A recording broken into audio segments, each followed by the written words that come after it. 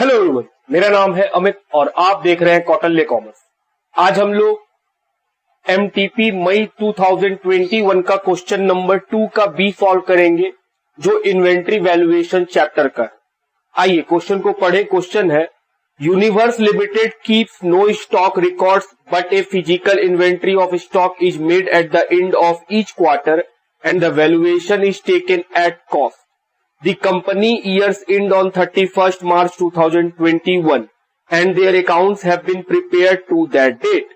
The stock valuation taken on 31st March 2021 was however misleading and you have been advised to value the closing stock as on 31st March 2021 with the stock figure as on 31st December 2020. बोल रहा है आपको 31 March 2021 का stock का value निकालना है और जो स्टॉक का वैल्यू दिया हुआ है क्वेश्चन में वो 31 दिसंबर का है। तो हम बोल सकते हैं कि सर दिसंबर से मार्च की तरफ बढ़ना है। मतलब हम ऐसा बोल सकते हैं कि सर दिसंबर में जो स्टॉक है वो ओपनिंग है और आपको क्लोजिंग की तरफ जाना है। जब हम लोग स्टॉक वैल्यूएशन चैप्टर पढ़ाए थे तो वहां हम बार बार समझा रहे थे इस बात को कि सर एक होगा क्लोजिंग से ओपनिंग की तरफ आना, मतलब आगे क्या स्टॉक दिया रहेगा वो पीछे का पूछेगा, तो हम बोलते हैं सर क्लोजिंग से ओपनिंग की तरफ आना। या फिर दूसरा क्वेश्चन होता है कि वो जिस समय का स्टॉक का वैल्यू दिया हुआ है उसके आगे का वैल्यू पूछता है, तो हम बोलते हैं सर आपको वो क्लोजिंग का स्टॉक पूछ रहा है, ओपनिंग का स्टॉक दे दिया है। ये क्वेश्चन कौन सा क्वेश्चन है जिसमें वो दिसंबर का स्टॉक दे दिया है, 31 दिसंबर का, और वो क्या पूछ रहा है हमसे, 31 मार्च का। तो हम बोले सर ये जो स्टॉक होगा ये क्या होगा, ओपनिंग, और ये क्या होगा, क्लोजिंग। ओपनिंग से क्लोजिंग कैसे जाते हैं सर, परचेजेस को जोड़ लेते हैं और कॉस्ट ऑफ सेल को माइनस कर देते हैं। जबकि क्लोजिंग से ओपनिंग कैसे जाते हैं sir, cost of goods sale को प्लस कर देते हैं और परचेजेस को माइनस कर देते हैं। बोले हाँ ये तो हम लोग ऑलरेडी इंट्रोडक्शन क्लासेस में जो बेसिक हुआ था वहीं पे डिस्कस किए थे। तो ये एक बात तो क्लियर हो गया कि सर इस क्वेश्चन में ओपनिंग से क्लोजिंग की तरफ जाना है तो परचेजेस को जोड़ लेंगे और कॉस्ट ऑफ गुड्स सोल्ड, जो सामान बेचे हैं उसका कॉस्ट क्या कर लेंगे हम लोग, माइनस कर लेंगे। तो क्या निकल जाएगा हम लोग का, 31 मार्च का स्टॉक निकल जाएगा। हम बोले हाँ। अब लिखा है number 1 point, the cost of stock on 31 December 2020 as shown by the inventory sheet 2,40,000। 31 दिसंबर 2020 को कितने का स्टॉक दिखा रहा है, 2,40,000 का। हम बोले ठीक सर, ये ओपनिंग स्टॉक का वैल्यू है। ऑन 31 दिसंबर पॉइंट नंबर 2 है, cost sheet show the following discrepancy, बोल रहा है कुछ गलतियां पकड़ी है। पहला, a page total of 15,000 has been carried to summary stock 18,000, बोल रहा है 15,000 रुपया का स्टॉक का टोटल है। आप जब अगला पेज में लिखे तो गलती से 18 लिख दिए, मतलब अपना स्टॉक को कितना बढ़ा दिए, 3,000। हम बोल रहे ईयर को ठीक कैसे करेंगे, लिखना था 15, लिख दिए हैं 18, तो सर 3,000 कम कर लेंगे तो ठीक हो जाएगा। तो इसका मतलब हुआ सर ये वाला जो 3,000 का डिफरेंस है वो माइनस करना पड़ेगा। हम बोले हाँ, ये तो आप भी जान रहे हो कि सर किसी चीज को 15 लिखना था, स्टॉक है, कोई सामान है जो 15 का है, हम गलती से उसको क्या लिख दिया अगले पेज में, 18, तो ठीक करोगे ना उस चीज को। तो ठीक कैसे करेंगे, 15 का चीज 18 लिख दिए, बताओ बाबू कैसे ठीक करें सर, 3,000 माइनस कर दो, माइनस कर देंगे।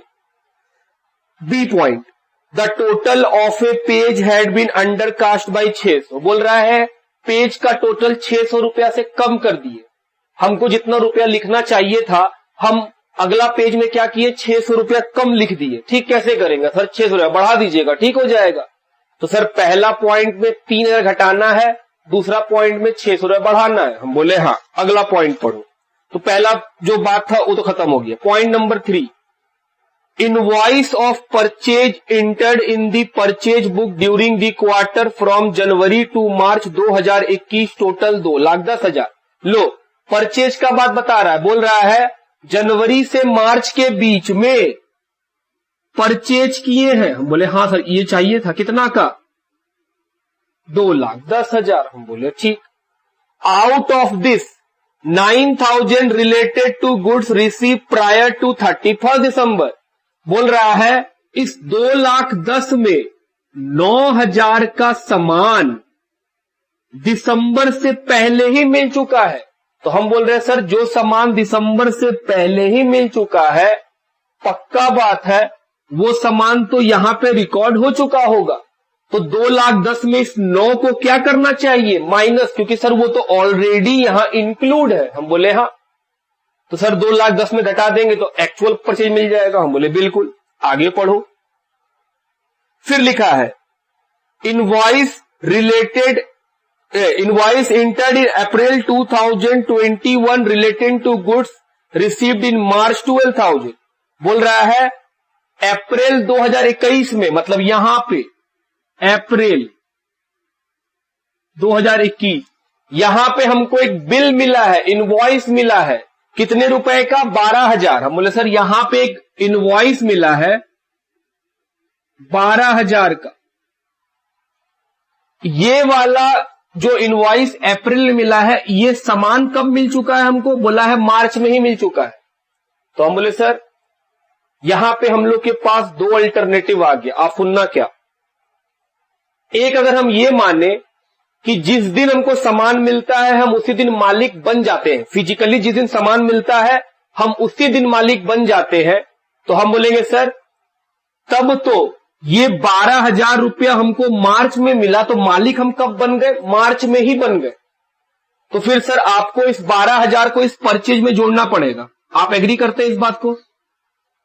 अगर हम ये मानते हैं कि हमको जिस दिन सामान मिलेगा हम उसी दिन ओनर बन जाएंगे, बिल उल बाद में आते रहे, तो हम बोले सर अगर ये मानिएगा तो जो जिसका बिल अप्रैल में आया है वो सामान कब मिल गया? मार्च में।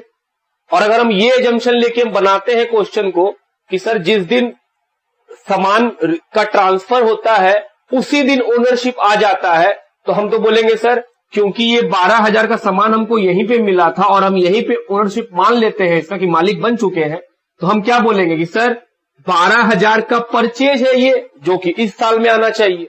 आप बात समझ रहे हैं मेरा? इस 12,000 को कंफ्यूज मत कीजिएगा कि सर यहां का चीज आप यहां पे ओनरशिप क्यों ले रहे हैं, आप यहां का सामान क्यों मान रहे हैं। हम बोल रहे एजम्पशन, दो तरह का एक थॉट हो सकता है इंसानों के अंदर। एक थॉट हम आपके साथ डिस्कस कर रहे हैं कि हम क्या मानते हैं। हम मानते हैं कि सामान जिस दिन मिला, अप्रैल में बिल आया, ठीक है बिल अप्रैल में आया, लेकिन सामान तो मार्च में मिल गया। और अगर हम ये मान ले कि सामान हमको जैसे ही मिलता है हम वैसे ही उसको ओनरशिप में कंसिडर कर लेते हैं कि इसके मालिक हम बन चुके हैं, बिल तिल बाद में आते रहेगा। तो क्योंकि सामान हम लोग का मार्च में आया तो हम बोलेंगे सर फिर तो ये मार्च का परचेज है और आपको इंक्लूड कर लेना चाहिए। हम बोले ठीक। तो हम बोले सर परचेज में फिर तीन बात हुआ, 2,10,000 का सामान खरीदे जिसमें से 9,000 का सामान दिसंबर से पहले वाला था। हम बोले हाँ, तो वो हटा दीजिएगा। और 12,000 का सामान जिसका बिल अप्रैल में आया है, लेकिन वो सामान हम लोग कब रिसीव कर लिए हैं? मार्च में रिसीव कर लिए। तो सर उसको जोड़ के दिखा दीजिएगा, ये आपका गुड्स है, आपके पास ये सामान है। हम बोले हाँ। हम बोले एक बात। फिर पॉइंट नंबर 4 सेल्स के ऊपर है।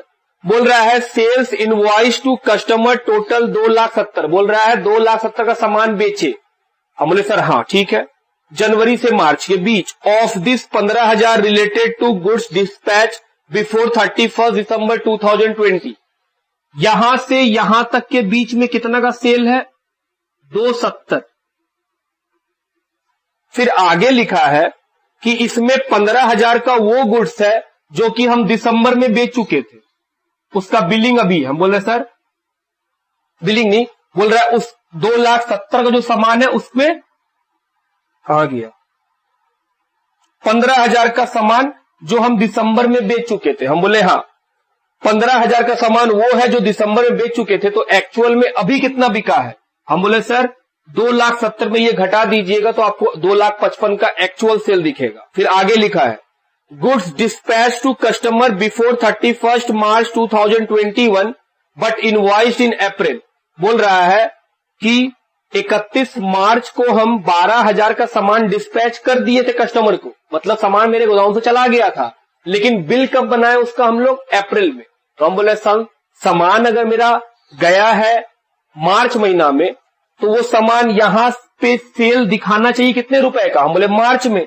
तो सर इसमें से अप्रैल में इनवॉइस कितने का हुआ है? 12 का, लेकिन वो सामान हम डिलीवरी कब कर दिए? मार्च में ही। तो क्या वो मार्च का सेल दिखा सकते हैं? हम बोले हाँ, मार्च का सेल दिखा सकते हैं, क्योंकि मेरे पास वो सामान नहीं है, सामान तो चला गया। तो हम बोले सर, अगर हम लोग ये सोच के बनाए कि गुड्स के मूवमेंट से को हम कंसिडर करें कि सर ओनरशिप सामान के आने और जाने से होगा, तो हम बोल रहे सर, जो सामान मार्च में आया और मार्च में गया, जो सामान मार्च में खरीद लिए, भले उसका बिल हमको अप्रैल में आया होगा, लेकिन क्योंकि वो सामान मार्च में मेरे पास आ चुका है तो वो मेरे स्टॉक का पार्ट है। और जो सामान हम मार्च मंथ में बेच दिए हैं, चाहे उसका बिलिंग हम अप्रैल में करें, लेकिन वो सामान तो मेरा मार्च में ही चला गया मेरे गोडाउन से बाहर। तो हम बोले सर, वो सेल कंसिडर मार्च में कर लीजिएगा, क्योंकि वो स्टॉक निकल चुका होगा। बात समझते हैं आप मेरा? तो हम बोले सर, पहला एजम्पशन यही लिए है, transfer of ownership is assume to take place at the time of delivery of good. हम बोल रहे सर, ओनरशिप तभी होगा जब हम लोग के यहां डिलीवरी हो चुका है सामान का, सामान को हम डिलीवर कर दिए, मतलब ओनरशिप खत्म। ओनरशिप सामान अगर हम ले रहे हैं तो फिजिकली मेरे पास सामान आ गया है तो हम ओनर बन गए, और अगर हम सामान फिजिकली बेच चुके हैं तो हम बोले सर, सामान का डिलीवरी आप कर दिए हैं तो ओनरशिप खत्म भी हो गया आपका। बात समझ रहे हैं आप मेरा? आप इस तरह समझो कि सर, मार्च का जनवरी से मार्च के बीच में अगर सामान आपके गोडाउन के अंदर है तो वो आपके स्टॉक का पार्ट, और अगर सामान जनवरी से मार्च के बीच में आपके गोडाउन से बाहर चला गया है तो वो आपके सेल का पार्ट। बात समझ रहे हैं कि सर, स्टॉक बढ़ जाएगा अगर वो गोडाउन में है सामान, स्टॉक घट जाएगा अगर आपके गोडाउन से सामान निकल गया। ठीक है बात? चलिए, इसी पे हम लोग पहला केस में ले रहे हैं। सबसे पहले क्या लिखेंगे? हम बोले सर, स्टेटमेंट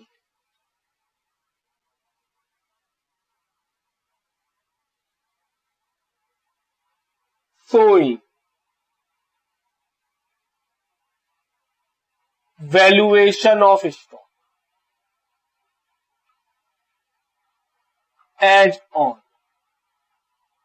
31st March 2021।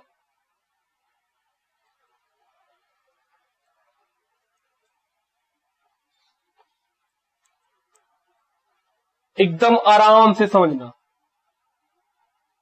पहला पॉइंट लिखा है 31 दिसंबर 2020, स्टॉक का वैल्यू कितने का है? 240। हम बोले सर,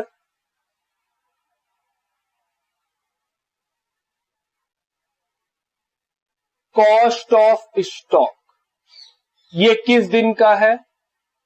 हम बोले 31 दिसंबर का। 240। क्या जोड़ना है? हम बोले सर, परचेज। क्या घटाना है? Cost of sales. बोले ठीक। पहला पॉइंट तो इसके बारे में था, वो लिख लिए। और हमको स्टॉक किस दिन का निकालना है?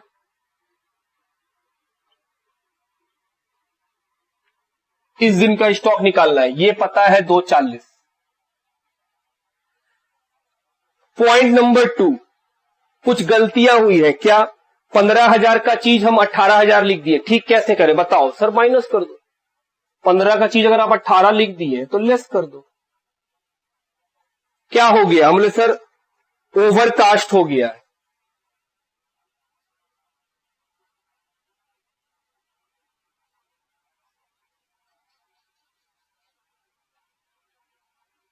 पेज टोटलिंग में ओवरकास्टिंग कितने रुपए का? 3,000।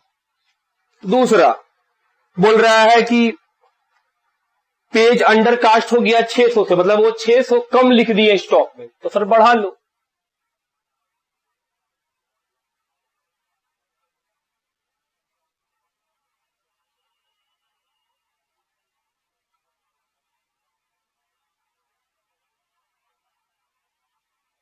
₹600। तो ये दोनों बात का कोई ज्यादा दम नहीं था। दूसरा पॉइंट पढ़ते हैं। Invoice of purchases enter in purchase book during the quarter from Jan to March 2,10,000। बोल रहा है जनवरी से लेके मार्च तक कितने का परचेज किए हैं? 2,10,000। ये इनवॉइस आया है, बिलिंग आया है हम लोग के पास, कितने का? 2,10,000 का। हम बोले ठीक। तो सर 2,10,000 यहां जोड़ना चाहिए आपको। सामान आया है, जितना सामान था 2,10,000 का और सामान आया। हम बोले हाँ। तो सर परचेजेज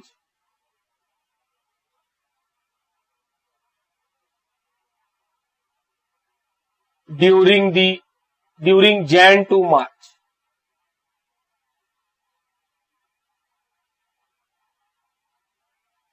कितने का परचेज है? 2,10,000। एकदम आराम से, कोई भारी बात नहीं कर रहे। हम लोग क्या एजम्पशन पे बना रहे हैं? हम लोग इस एजम्पशन पे बना रहे हैं कि सर सामान जब मिलता होगा तभी हम ओनर बन जाते होंगे, बिल बाद में आता रहे। हम बोले ठीक, आगे पढ़ो। आउट ऑफ दिस, इसमें से 9,000 का गुड्स हमको 31 दिसंबर के पहले मिल चुका है। इसमें से 9,000 का सामान कब मिल चुका है? 31 दिसंबर से पहले मिल चुका है, प्रायर टू 31 दिसंबर। तो सीए साहब एक बात बताओ, अगर हम ये एजम्पशन लेके बना रहे हैं कि जब सामान मिलता होगा हम तभी ओनर बन जाते होंगे, तो उस केस में ये 9,000 वाला सामान अगर दिसंबर से पहले मिला तो हम तो इसको दिसंबर से पहले अपने स्टॉक में दिखा चुके होंगे कि हम तो मालिक हैं इसके। तो क्या ये 9,000 वाला यहां ऑलरेडी इंक्लूड नहीं होगा? आप सोचो, हम तुमको कोई सामान भेजे 9,000 का, बिल बोले बाद में देंगे, और तुम बोला ठीक है हम मालिक बन गए, तो क्या तुम अपना उस 9,000 का सामान को अपना दुकान में अपना बोल के रख लेगा ना कि हाँ ये मेरा है? तो हम बोल रहे वो 9,000 तो यहां इंक्लूड है। तो 2,10,000 में जिसका बिल आपको 2,10,000 दिख रहा है, क्या एक्चुअल में 9,000 का सामान आप पहले ही ले चुके हैं? हम बोले हाँ। तो अभी तो सिर्फ 2,01,000 का सामान नया आया होगा। हम बोले हाँ, 2,01,000 का नया आया होगा। तो हम बोले सर इसमें से 9 को हटा दो। आई होप आप समझ पा रहे। आगे पढ़ते हैं। फिर लिखा है invoice entered in April 2021 relating to goods received in March, total 12,000। बोल रहा है इनवॉइस में एंट्री हुआ है अप्रैल 2021 में उस गुड्स का जिसको मार्च में रिसीव किए। हम बोल रहे हैं यहां पे आगे बढ़ गए। हम बोले यहां है अप्रैल, यहां से कोई सामान है 12,000 का जिसका बिल हमको यहां मिला है अप्रैल में 12,000 का, लेकिन वो सामान कब ले चुके हैं? मार्च में ही ले चुके। और हम लोग का एजम्पशन क्या है? जैसे ही गुड्स का डिलीवरी होता है ओनरशिप ले लेते। तो हम बोले सर क्योंकि वो सामान मेरे पास गोडाउन में आ गया तो वो सामान मेरे अधिकार में आ गया, और हम ये मानते हैं कि एक बार सामान आ जाता है तो हम उसका ओनर है, मेरे पास वो सामान आ चुका है। तो हम बोले सर उस केस में आपका सामान बढ़ गया 12,000 से। आई होप आप क्लियर समझ रहे बात को। चलिए प्लस माइनस करें, 2,13,000। यहां तक का बात ठीक? हम बोले चलो आगे पढ़े। पॉइंट नंबर 4 लिखा है सेल किए हैं 2,70,000 जैन से मार्च के बीच में। हम बोले ठीक, सेल किए हैं कितने का? 2,70,000 का। फिर बोला इसमें से 15,000 का वो सामान है जो हम दिसंबर से पहले बेच चुके हैं। कितने रुपए का? 15,000 का। तो हम बोले सर अगर आप सामान दिसंबर से पहले बेच चुके हैं, बिल खाली अभी आप दे रहे हैं। हम बोले हाँ। तो क्योंकि सामान हम दिसंबर से पहले ही दिसंबर के पहले दे चुके थे, तो 2,70,000 का इस बार सामान थोड़ी बिका होगा। सामान तो 15,000 कम बिका होगा, उसका खाली बिल आया है इस बार। जो 15 का सामान हम पहले बेच चुके हैं वो तो स्टॉक में कंसिडर हो चुका, वो सामान बिक चुका है। हम बोले हाँ। तो सर यहां पे लिखो sale during Jan to March, 2,70,000 का सामान एक्चुअल में 2,70,000 का सामान तो मेरे गोदाउन से निकला ही नहीं होगा। हम बोले सर 15 का सामान तो पहले ही बेच चुके थे, अभी सिर्फ बिल भेजे, तो एक्चुअल में मेरे यहां से कितना का सामान निकला होगा? हम बोले 15 घटा लो। बोले हाँ।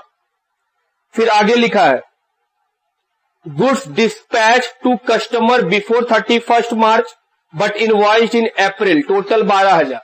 बोल रहा है मार्च से 31 मार्च से पहले हम 12,000 का और सामान बेच दिए हैं, लेकिन उसका बिल कब भेजे हैं? अप्रैल में। मार्च से पहले हम 12,000 का सामान बेच दिए हैं, खाली उसका बिलिंग कब हुआ है? अप्रैल में। तो हम बोले सर अगर मार्च से पहले हम बेच दिए हैं तो मेरे गोडाउन से तो फिजिकली सामान चला गया होगा। हम बोले हाँ। तो सर फिजिकली जो सामान चला गया है तो वो तो सेल हो गया होगा मेरे लिए। बोले हाँ, गोडाउन से सेल तो लिख दिए होंगे। हम बोले बिल्कुल। आइए प्लस माइनस करें, कितना आएगा ये? सर ये आया 2,67,000। एक्चुअली हमको यहां कॉस्ट ऑफ सेल्स लिखना था, कॉस्ट ऑफ सेल्स। तो हम बोले सर 2,67,000। यहां क्यों लिख रहे हैं? क्योंकि सर अगला पॉइंट में सेल्स रिटर्न है, लिखा है during the final quarter credit note. Credit note किसको देते हैं? हम बोले सर डेटर को इशू करते हैं, क्योंकि उसका सामान वापस कर रहा है। तो हम बोले credit notes at invoiced value 3,000 has been issued to customer in respect of goods return during the period. 3,000 का सेल्स रिटर्न हो गया, तो जितना सामान था उसमें कुछ रिटर्न भी आ गया। तो हम बोले सर आपका सेल कितना घट जाएगा? 3 से। This is the sale value. हम लोग को तो कॉस्ट ऑफ गुड्स सोल्ड घटाना है, तो सर इसमें से प्रॉफिट माइनस कर लीजिए। प्रॉफिट के बारे में पढ़े। The gross margin earn by the company 25% of cost. Profit कितना है? 25% ऑफ कॉस्ट। इसको यहां लिख के यहां लिखते हैं। हम लोग कंसाइनमेंट में ये पढ़े हैं। क्या ये जो वैल्यू आया है क्या ये कॉस्ट रिप्रेजेंट कर रहा है? हम बोले नहीं, ये तो सेल वैल्यू है। और हम लोग को प्रॉफिट बोला है 25% कॉस्ट का। कॉस्ट तो पता नहीं। तो हम बोले सर हम लोग कंसाइनमेंट में पढ़े हैं 25% ऑफ कॉस्ट बराबर होता है 20% किसका? हम बोले सेल का। तो सर 2,64,000 का 20% निकालिए, क्योंकि हम लोग को सेल वैल्यू मालूम। हम बोले हाँ, चलिए निकाला जाए। 2,64,000 का कितना रुपया आएगा?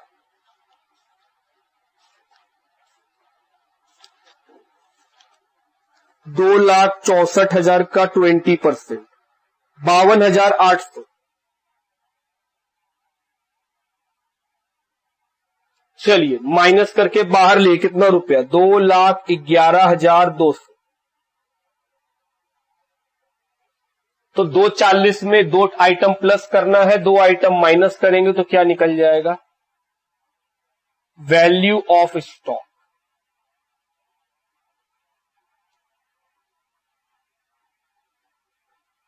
इकतीस मार्च 2021 को कितना रुपया का?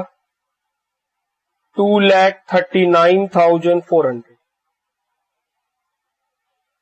ये पहला अल्टरनेटिव था। पहला अल्टरनेटिव क्या था? बिल से मतलब नहीं है, सामान का मूवमेंट से मतलब है।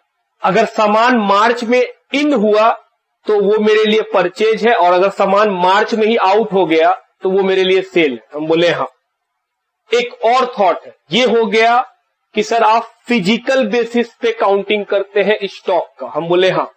अगर हम फिजिकल बेसिस पे बात करें तब ऐसे हुआ, लेकिन एक और भी थॉट है कि सर अगर हम ये माने कि हम सामान का मालिक तब बनते हैं जब हमको उसका बिल मिलता है, उससे पहले हम उसको उसका मालिक नहीं मानते अपने आप।